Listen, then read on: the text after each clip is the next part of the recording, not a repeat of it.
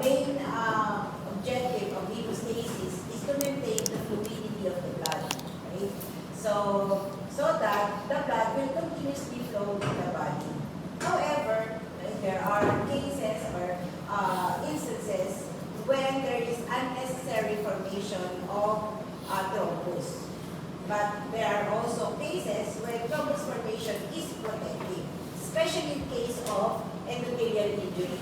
When the formation of thrombus in case of endothelial injury is protective as it prevents bleeding, right, or blood loss. However, there are instances wherein there is an abnormal blood flow and hypercoagulability state that leads to formation of abnormal clots, unnecessary clots. And these are the things that you want to get rid of to prevent complications.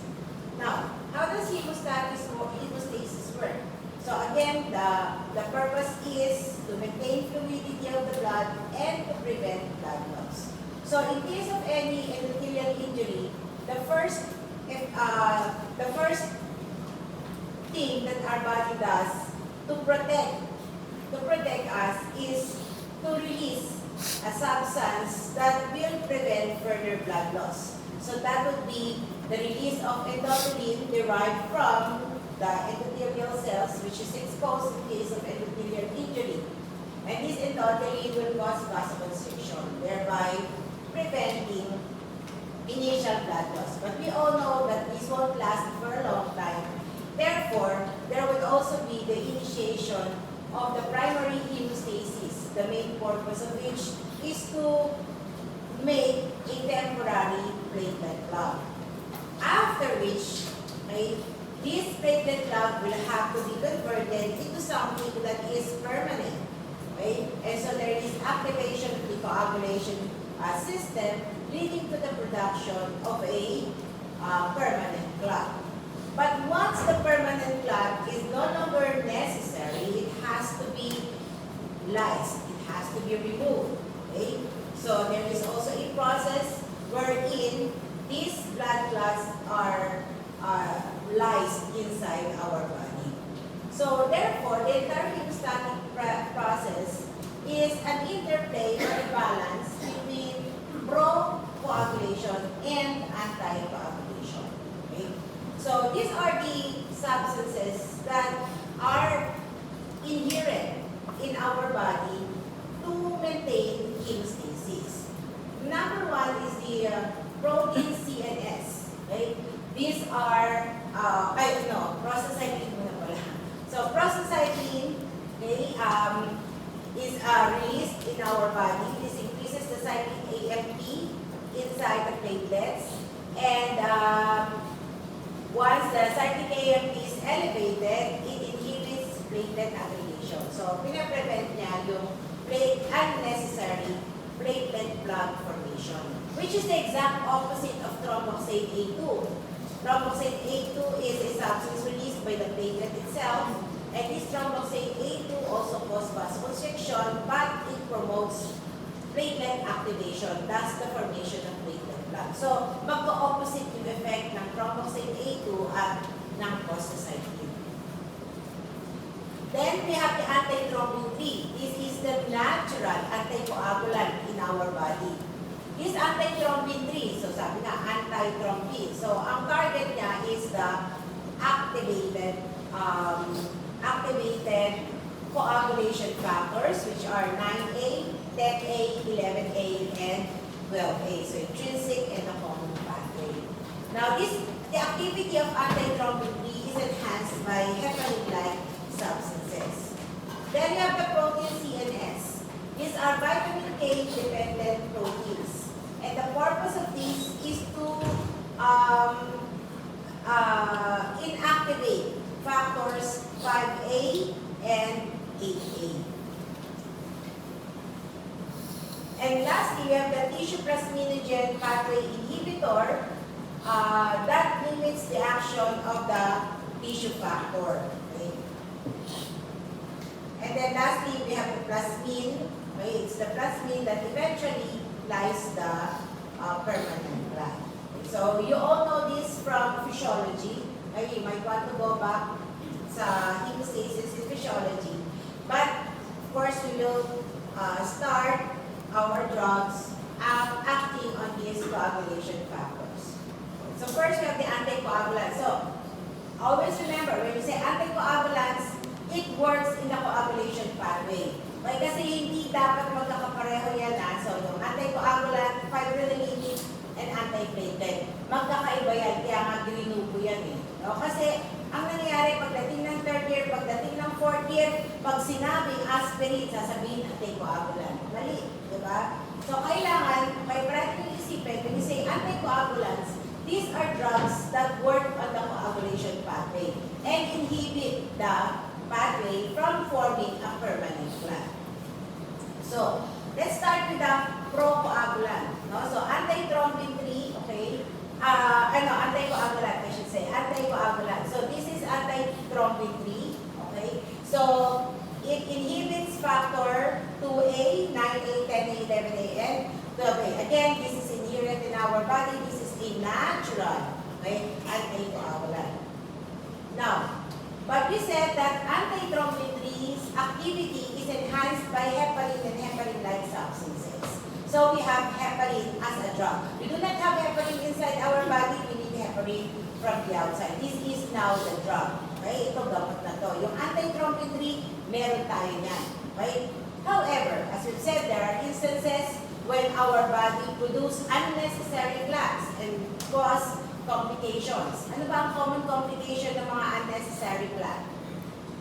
Pagka nagkaroon ka ng thrombus formation, anong pinaka-natatakot ka? Magkaroon ng pag may unnecessary clot, ano ba ang gagawin ng unnecessary clot? Pwede siyang maging thrombus. So it will block blood flow. Worse is that kung malaki yung thrombus, pwede siyang maging embolus. Okay? At kung maging embolus siya, it could also block other smaller vessels. Masama kung yung vessel na yon ay nasa brain o nasa heart. So you can end up having stroke, you can end up having MI. Those are common. No? But emboli can also happen in the lung. No? So you can develop pulmonary embolism. Diba? So anything of those sort will have to be managed. Okay? And will have to be prevented. So kapag ang pasyente is in a state of hypercoagulability, okay, matataas ang mga cholesterol, no? Meron pa siyang risk na hypertension, o kaya ang pasyente is at risk for myocardial infarction kasi mataas ang cholesterol, mataas ang blood pressure, may atherosclerosis, no? So those are conditions that could possibly lead to MI or stroke. Sino pa? Yung mga pasyente na may valvular replacement. Yung mga pasyente na may stent. These are all foreign bodies. And they are possible dilus for unnecessary thrombus formation. So those are conditions when heparin or anticoagulation would be necessary. Ang anticoagulant, hindi niya tinutunaw yung thrombus. Pine-prevent niya yung formation ng thrombus. Okay? So, there are two types of, so the main mechanism of heparin, right, is to accelerate the action of antithrombin 3, right? It accelerates the action of antithrombin 3. In short, right, when you give heparin, it is the antithrombin 3 that will do the work, okay? Isipin mo na yung heparin, parang gas lang yan siya. Ang aandar pa rin yung kotse. Yung heparin, may siya yung parang gas para umandar ng gusto yung kotse. So, ganun yung parang dati niya. Okay? So that's your heparin. Now, there are two types of heparin, the unfractionated and the low molecular weight heparin. Now, they differ in, first, in terms of size. The unfractionated heparin is of larger molecular weight compared to the low molecular weight heparin. Kasi yung low molecular weight heparin, parang ano lang yan eh, parang part lang yan ng isang unfractionated. So kumbaga yung unfractionated heparin, pinutol-putol para maging low molecular weight heparin. Pero kahit na low molecular weight lang siya, its ability to enhance the activity of antithrombin 3 remains the same. So pareho lang yung mechanism of action. Okay? They both enhance the effect of antithrombin 3. So in any condition wherein there is a normal antithrombin 3 in a patient, okay, kung meron siyang rare genetic disorder characterized by lack of antithrombin 3, then heparin will not work on them. Okay? So, kailangan may antithrombin 3 for heparin or low molecular weight heparin to work.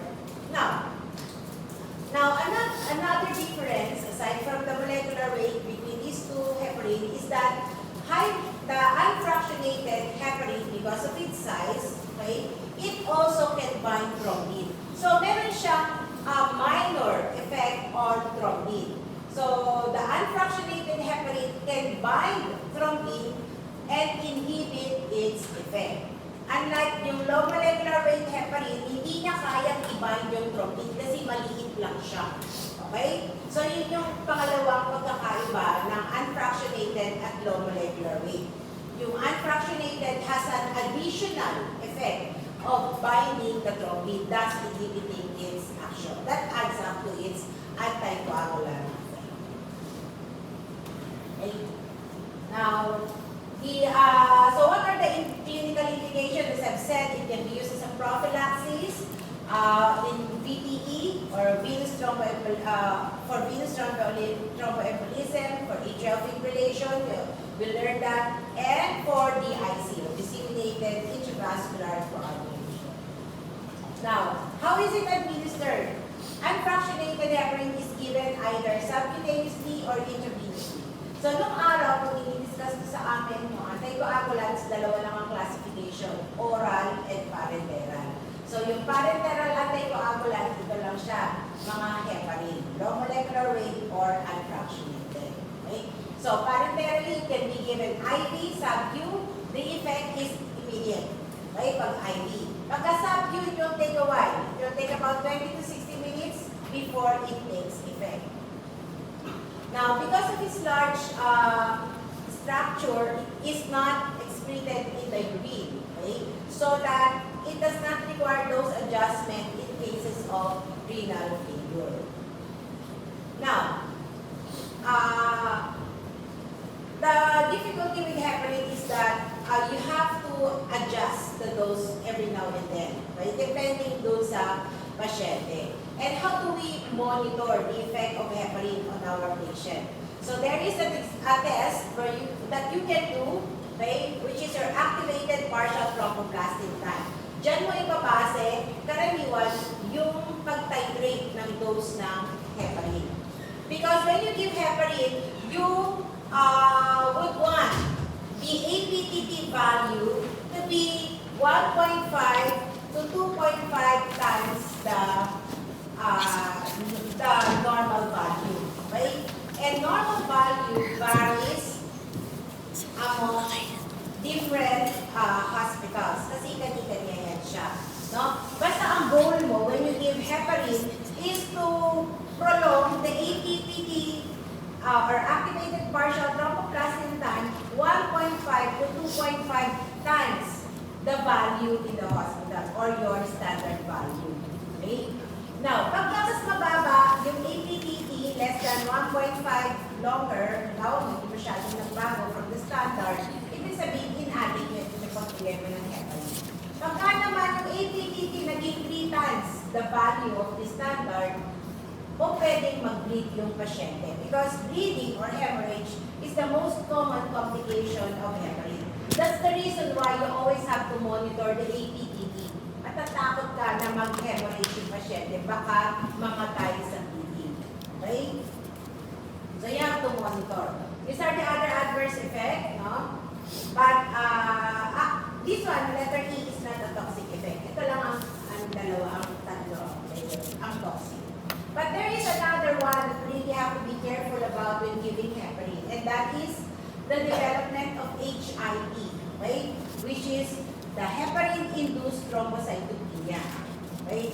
If when patient develop this adverse effect, they develop newer thrombus, right? And they could manifest as purpura. So this is also life-threatening adverse effect and would necessitate discontinuation of the drug. Right? And this is more common among surgical patients, among those who were given unfractionated for a minimum of 7 days. So how do we prevent? Is this something that we can prevent? Yes, by monitoring the platelet count. Right? So aside from activated partial thromboplastin time, you also monitor the platelet count. And of course, do physical examination, especially if you've been giving heparin for 7 days or more. Because the likelihood of developing this adverse effect is common after a week of therapy with unfractionated heparin. Okay? So these are the precautions that you need to do. And these are the contraindications for giving heparin. A lot of contraindications, difficult to remember or memorize. But how do you remember all of these things? Knowing that heparin is it can cause hemorrhage. So any condition that can lead to bleeding is a contraindication. Okay? Pwede mong isipin na gano'n para hindi mo siya i-memorize lahat. No? Common sense na lang yun. Siyempre, kung may intracranial hemorrhage, bibigyan mo pa ng heparin. Hindi, siyempre, lalong nag-bleed yan, di ba? So, kung may hypersensitivity, bibigyan mo ba? Siyempre, hindi, di ba? So, common sense lang lahat yan. Now, how do we reverse? Kung ang pasyente magkaroon ng adverse effect sa heparin, meron bang way para ma-address ito? The first thing is, of course, discontinue the drug. Kasi yung drug naman, ang onset na is rapid, and once you discontinue the drug, the effect, okay, will not last for a long time. Okay? So the first thing is discontinue the drug. And then, if there is so much bleeding, you have to give protamine sulfate. That is the direct antidote for heparin toxicity. Protamine sulfate. 100 units of heparin remaining in the patient would require 1 milligram of protamine sulfate IV. So, kailangan medyo namomonitor mo yan. So, alam mo naman yan kung ilan yung binigay mo doon sa pasyente. Okay? Then we go to the low molecular weight. So, ang mga low molecular weight, meron na silang pangalan. Yung unfractionated heparin, yun lang ang pangalan niya. For low molecular weight, marami na sila. So, we have dalteparin, enoxaparin, and tinzaparin.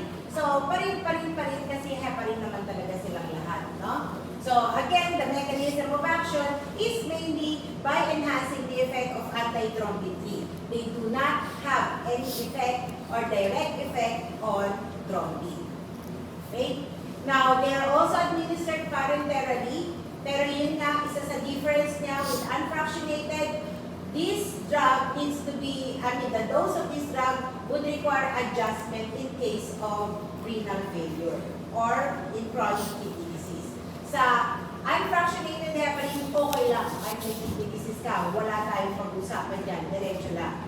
Pero with low molecular weight, you have to adjust the dose. Therefore, mas safer, no? Mas madaling i-administer ang unfractionated in patients with CKDs. Ano pa ang isa pa ang difference nila? Sa low molecular weight, no, you don't really have to monitor the ATP. You really do not have to monitor the platelet count. And lesser yung chance na mag-bleed ang pasyente with low molecular weight. Okay? Kasi maliliit lang naman siya, no? Wala siyang effect directly on thrombin. But just in case, okay, the patient is very sensitive to the effect of low molecular weight, heparin, is there anything we can do? Of course, we can also give protamine sulfate. Right? That can also be used. But it's not 100% effective. Unlike when you use it for unfractionated heparin-associated bleeding. Hindi siya ganun ka-effective with low molecular weight. So, meron pa bang ibang choice? Yes. We can also use cryoprecipitate and fresh frozen plasma. Okay? Yung HIT, pwede po bang mag-develop ng HIT sa low molecular weight? Hindi. Ang HIT is purely for unfractionated heparin. Okay? So, punta na tayo sa oral anticoagulant. So, under oral anticoagulant, kung araw, isa lang to, warfarin. Okay? So, katulad ng mga heparin na yung action ay hindi naman diretso sa coagulation factor, di ba? Ang heparin, bago ma-apektuhan yung coagulation factor, dadaan siya kay antithrombin 3. Now, with warfarin, ang kanyang target is the vitamin K reductase enzyme. Okay? So, the target is an enzyme. Ano naman ang importansya ng enzyme na yan?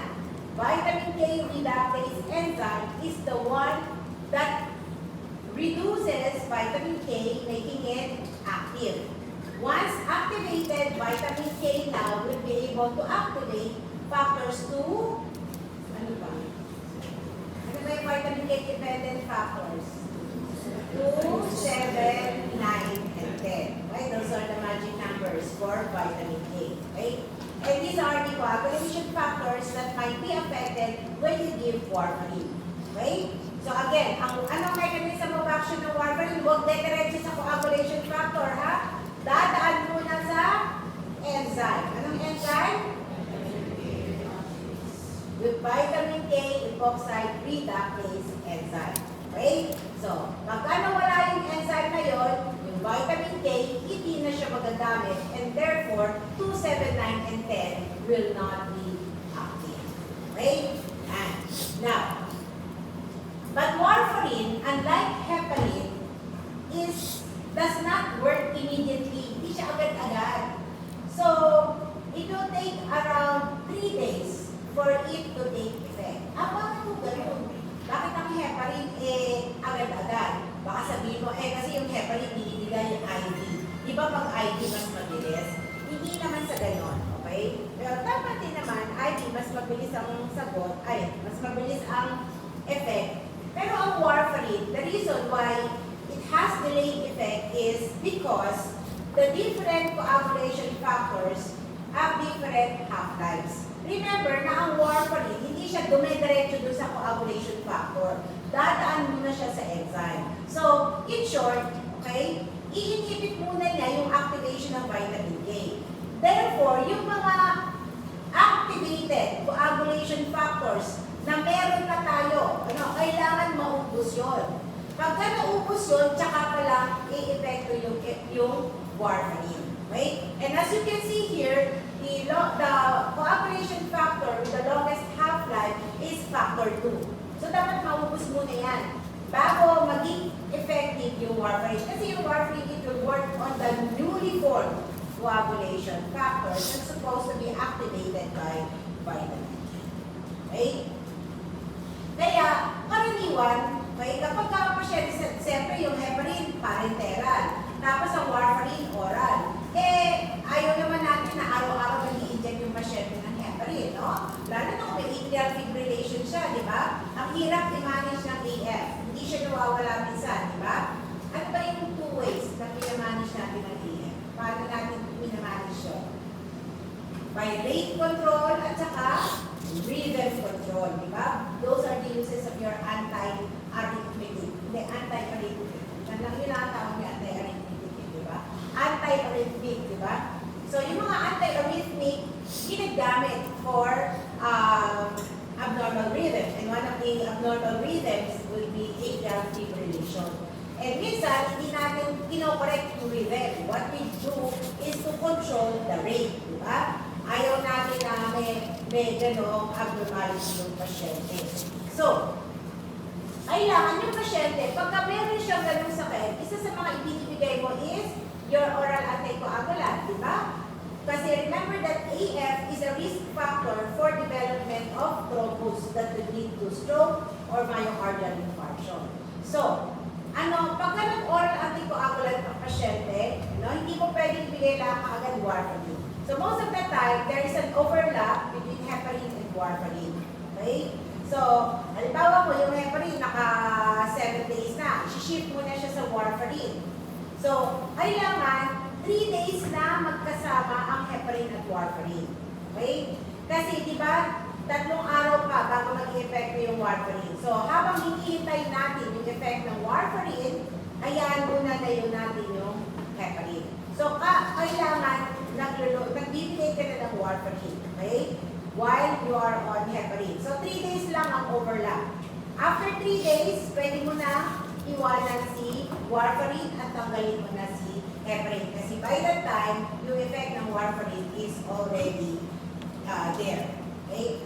Now, another reason is that warfarin has procoagulant factor, procoagulant effect. Kasi warfarin inhibit protein CNS directly.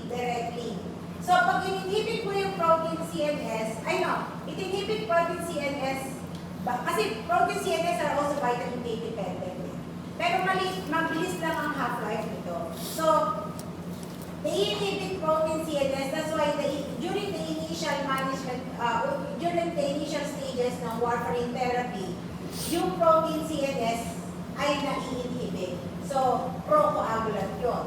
Okay? Kaya importante na may heparin ka na kasama ng warfarin sa umpisa. Iwanan. So sa umpisa, pag warfarin lang ang binibigay mo, may procoagulant factor siya kasi iniinhibit yung protein CNS. 3 days pa bago lalabas yung kanyang anticoagulant effect. Kaya during the initial stages, during the first 3 days, you have to overlap it with your parenteral anticoagulant, which is okay. So, saan ginagamit yan? Pagka long-term anticoagulation is necessary in all of these. Okay? So, how is it administered? So, orally. And just like heparin, there is a way to monitor its effect. Kasi it's also an anticoagulant, therefore the adverse effect is bleeding. Okay? And you do not want that to happen to your patient. Right? Kasi ang problema dito sa mga anticoagulant na to, although meron kang baseline, o meron kang initial drug, you always start with the low dose and then titrate the dose depending on the prothrombin time of the patient. Okay? So, parati kang mag-start sa low dose. Kasi pagka nagbigay ka ng mataas na dose, baka mag-bleed ka agad yung pasyente. No? So, start with the low dose and then titrate mo na lang within the therapeutic dose. And how do you monitor the effect? You use the ProTime. May magkaiba yung activated partial thromboplastin time, magkaiba yung ProTime. Okay? So, yung ProTime evaluates coagulation factors in the extrinsic and common pathway. Okay? So, your ProTime is expressed in terms of INR, and the target INR is 2 to 3. Again, ang INR, nagbabago-bago yan sa laboratory. So, ang target mo dapat, yung INR ng pasyente mo, which is the ratio of the patient's prothrombin time and the lab standard PT, should be within 2 to 3. More than 3, magbibleed yung pasyente mo. Less than 2, walang effect ito. So, you have to increase. Okay? So, now, warfarin is a racemic mixture of two stereoisomers. So, R and S stereoisomer. So, itong dalawang to, so you have the R warfarin and the S warfarin. These two isomers are metabolized differently by two different CYP enzymes. So, yung S warfarin is metabolized by CYP2C9, while the R warfarin is metabolized by CYP3A4 and CYP1A2. Remember, in Pharma A, diba? In Pharma A, we talked about genetic polymorphism, and we talk about rapid metabolizers and slow metabolizers. No? So, it matters whether your patient is a slow metabolizer or rapid metabolizer. Pag rapid metabolizer yung pasyente mo, kailangan yung warfarin na ibibigay mo, mas mataas yung dose. Kung slow metabolizer ang pasyente mo, dapat yung warfarin mo medyo mas mababa ang dose. Kasi slow metabolizers are likely to develop hemorrhage or adverse effect. While the rapid metabolizers are likely to be resistant to the effect of warfarin. Tanong, pwede po ba namin malaman kung rapid kami or slow metabolizer? Pwede. May papadala mo lang yung dugo mo sa ibang bansa. Wala pa tayo dito na. Pero dadating na rin dito yun. Okay? Siguro sa panahon nyo. Now, ano pa isang implication ito bukod sa pagiging pag-metabolize sa gamot? Another implication for this, knowing the CYP enzyme, is the different drug-drug interaction. We all know yung cytochrome P450 enzymes, napakadaming gamot at pagkain and other substances substances na minimetabolize niya. Di ba? Marami yun. Kaya, prone ang warfarin with different drug and food-drug interaction. Ito yung example niya. Okay? So, dyan yung difficulty ng pagbibigay ng warfarin. Ultimong pagkain ng pasyente, ultimong mga gamot niya, dapat alam mo bago mo ibigay ang warfarin. Okay? Please remember this, whenever you're giving warfarin or any of you as a family member taking warfarin, always take note of all the drugs that they are taking and even food. Kasi napakadaming food drug and drug interaction. Yun yung problema sa warfarin. Yun yung talagang problema. Bakit ginagamit pa rin? Kasi effective naman siya. Pangalawa, siya yung cheap. Oo. Kaya siya pa rin yung commonly prescribed. You just have to be very strict about your diet and of course, different drug interaction. So kung may alternative kang ibang gamot, at warfarin lang yung pwedeng ibigay sa pasyente, yung ibang gamot na yun, i-adjust mo. Kaya nga merong ibang kagrupo yung mga gamot eh, di ba? Yan. Now, so again, the adverse effect is hemorrhage. Now, oral anticoagulant like warfarin cannot be given to pregnant patients kasi pwede magkaroon ng disorders in the fetus. O yun nga, meron siyang prothrombotic effect during the initial stage kasi nga ini-inhibit yung proteins C. Okay? So, sino yung may risk factor for developing the adverse effect of warfarin? Yung mga advanced age, yung mga may serious comorbid effect like cancer, yung may CKDs, yung mga alcohol abusers, and concomitant use of other antiplatelet drugs. Ngayon, paano po kung nag-bleed yung pasyente? Kasi nagkamali ng kinain, nagkaroon ng drug interaction, nag-bleed yung pasyente. Meron ba tayong pwedeng gawin? Meron. Madali lang. We give the activated vitamin K. Not just any vitamin K, has to be activated. Kasi pag binigay mo vitamin K at inactive, kailangan mo pa ng vitamin K epoxide reductase, hindi yun nagagamit, di ba? So, kailangan para i-bypass mo yung vitamin K epoxide reductase enzyme, bigyan mo na ng activated vitamin K. And that will activate the vitamin K dependent coagulation factors. Of course, the first thing is remove warfarin and give your activated vitamin K. Okay? So let's just have a quick break.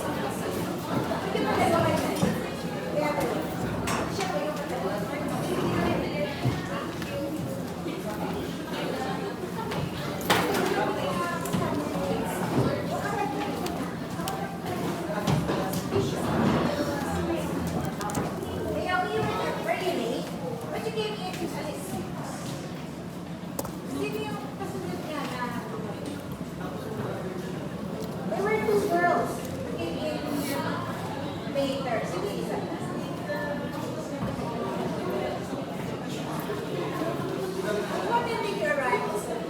6:30. 6:30. But you went out ba?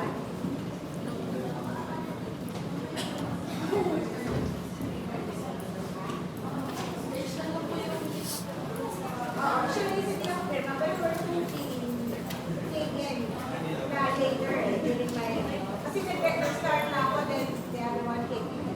May lumabas lang po kanina. Parang katabi niya eh. Because I'm trying to remember.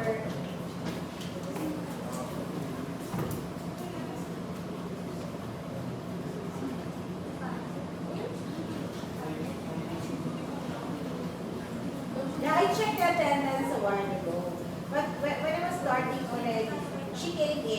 I remember her. But there's another one who came in.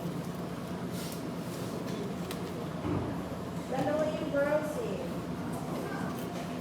Dalawa eh. Ha? Kumuha ka ng coffee. Pero nandiyan ka na kanina. So, akala ko yun.